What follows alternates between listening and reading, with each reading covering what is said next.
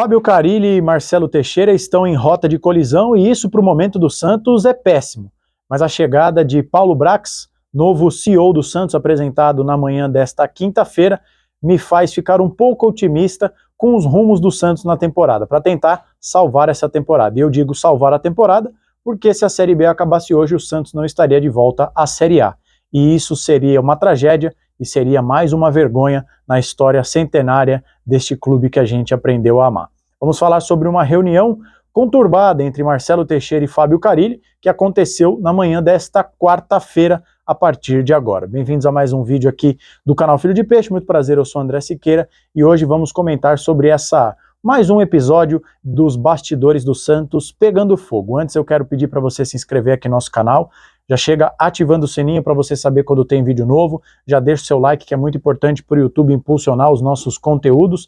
Peço também para que você já comente aqui o que você está achando da fase do Santos, compartilhe esse vídeo com os amigos, nos grupos em que você fala de futebol, em que você fala do Peixão, porque aqui você já sabe, o torcedor santista tem vez e voz, e agradecer também às 30 pessoas aproximadamente que se inscreveram aqui no nosso canal só durante a live do pós-jogo do Santos contra o Mirassol, o primeiro empate do Santos na Série B, o Santos que agora tem 4 pontos conquistados nos últimos 18 disputados, uma campanha realmente ridícula do Santos. Mas vamos lá então, para você que não sabe o que está acontecendo, na manhã desta quarta-feira, também conhecido como ontem, Marcelo Teixeira, Alexandre Galo e Fábio Carille se reuniram na sede da Unisanta, Universidade da família Marcelo Teixeira ali, que fica na cidade de Santos, né? As reportagens que saíram, aqui é importante dar o crédito, reportagens que saíram no Globo Esporte, o popular GE, e também no Diário do Peixe, o GE deu primeira matéria. Como vocês estão vendo, num cenário diferente aqui, estou no estúdio do local onde eu trabalho, então não vou conseguir colocar os prints, é um vídeo gravado sem edição, sem nenhuma peripécia tecnológica. As reportagens dão conta de que esse encontro já estava marcado e que não tem nada a ver com o empate do Santos contra o Mirassol. Eu tenho um pouco de dificuldade de acreditar nisso, mas seja como for, os três se reuniram. E que nessa reunião, ali algumas divergências foram colocadas, o que mostra que talvez já não haja a mesma confiança do Marcelo Teixeira no trabalho do Fábio Carille.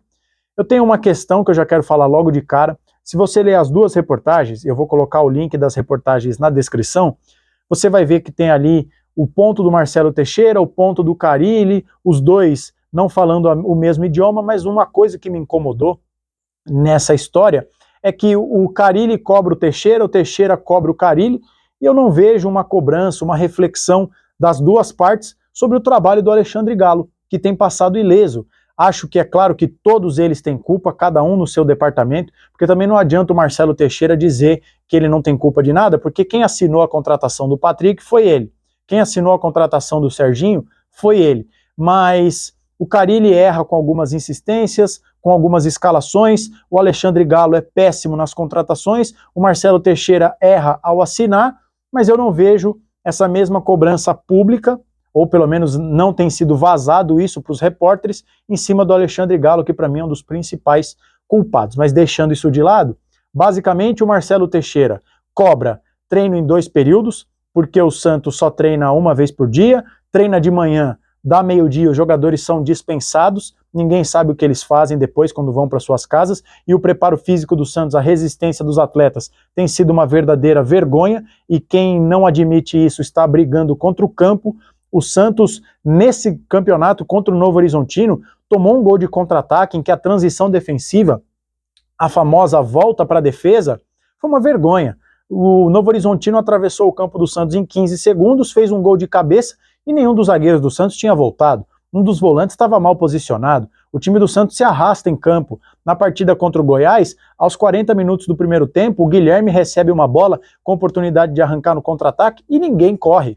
Então o time não tem um preparo físico ideal. Então nisso eu acho que o Marcelo Teixeira está certo. O Carille rebate o Marcelo Teixeira dizendo que treino em 2 períodos pode agravar as lesões. E aí as reportagens citam as lesões do Pedrinho, do Guilherme, do Furt, até do João Schmidt. Primeiro que Furt e Pedrinho tiveram um problema de pubalgia, que não tem nada a ver, tem um problema no pubis, que não tem nada a ver com carga. É uma questão crônica. O João Schmidt torceu o tornozelo, poderia ter torcido no treino, mas ele torceu naquele jogo contra o Brusque, se eu não me engano. Então, lá atrás, o Kevson rompeu os ligamentos do joelho numa dividida, num jogo, que não tem nada a ver com treinamento. Eu sou jornalista, não tenho todos os elementos para fazer uma análise da fisiologia, mas como um praticante assíduo de esporte, que pratica exercício físico todos os dias, me parece que quanto mais estímulo você dá, principalmente nesses treinos de força, de condicionamento físico, melhora a sua resistência. Mas enfim, acho que nesse ponto o Marcelo Teixeira acerta e o Fábio Carille não sei se tem tanta razão. O Fábio Carille, quando cobrado por resultados, devolve a bucha para o colo do presidente do Santos, dizendo, olha, mas eu pedi reforços e vocês não me deram.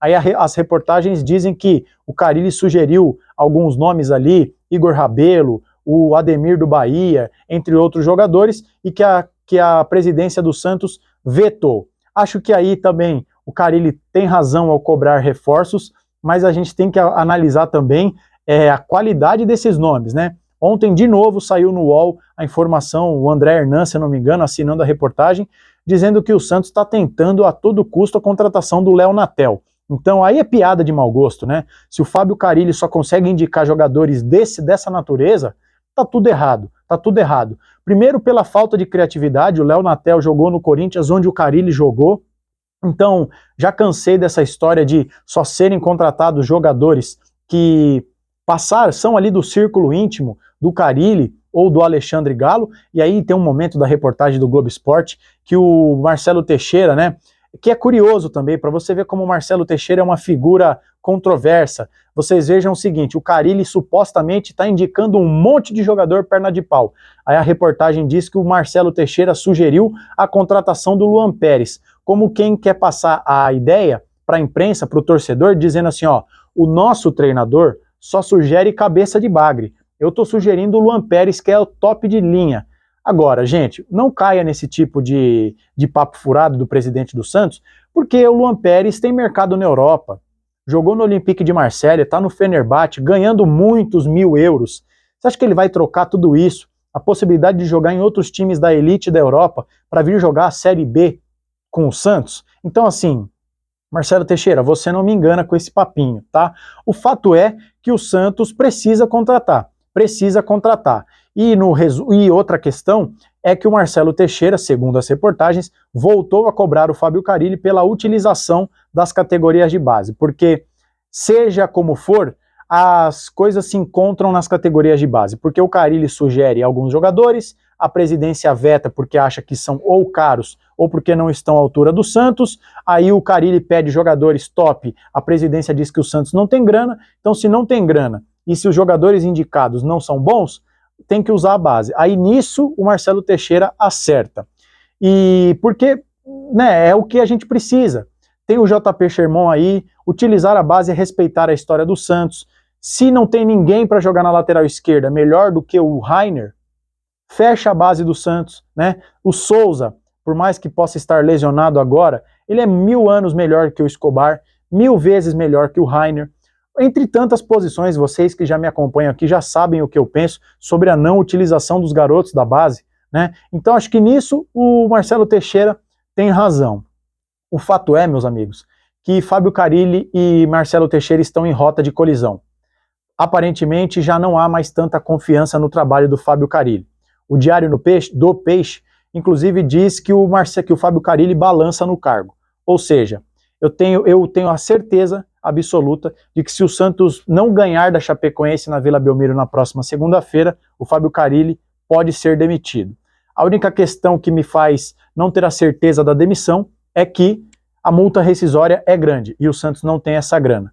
E se ele sobreviver ao jogo da Chapecoense, mas o Santos não performar bem fora de casa na outra sexta-feira, na próxima semana o Santos joga na segunda e na sexta, contra o Ceará fora de casa, o Carille vai cair. Então, isso é péssimo, porque no momento em que o Santos se encontra, tendo conquistado 4 pontos nos últimos 18, fora do G4, oscilando muito, quando o presidente já não respalda mais o trabalho da comissão técnica, o momento é de turbulência.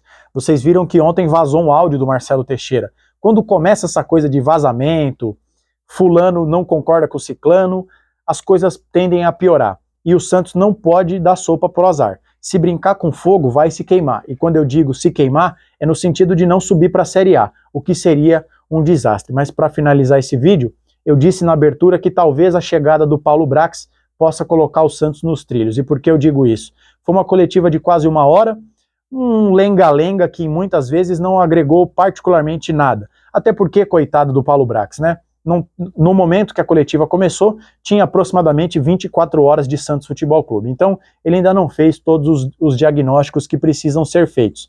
Mas ele disse textualmente que a base é a menina dos olhos dele. Ele disse isso. Prometeu uma imersão e disse que é um objetivo dele ver os jogadores da base performando no time de cima. Então, se a teoria passar para a prática, Fábio Carille terá mais uma voz na figura do Paulo Brax, o obrigando, o forçando a utilizar as categorias de base. E o Paulo Brax também disse que se o Santos não tem o costume de embasar as suas contratações em relatórios de performance, spoiler, não tem, porque se houvesse um relatório de performance, o Patrick nunca seria contratado. Se não tiver, vai ter. E se tiver, ele vai aprimorar. Tomara que o Paulo Brax tenha autonomia, autoridade e a carta branca necessária para impor esse tipo de metodologia, porque chega de contratação indicada por empresário de estimação de gestão, chega de contratações controversas baseadas em nada.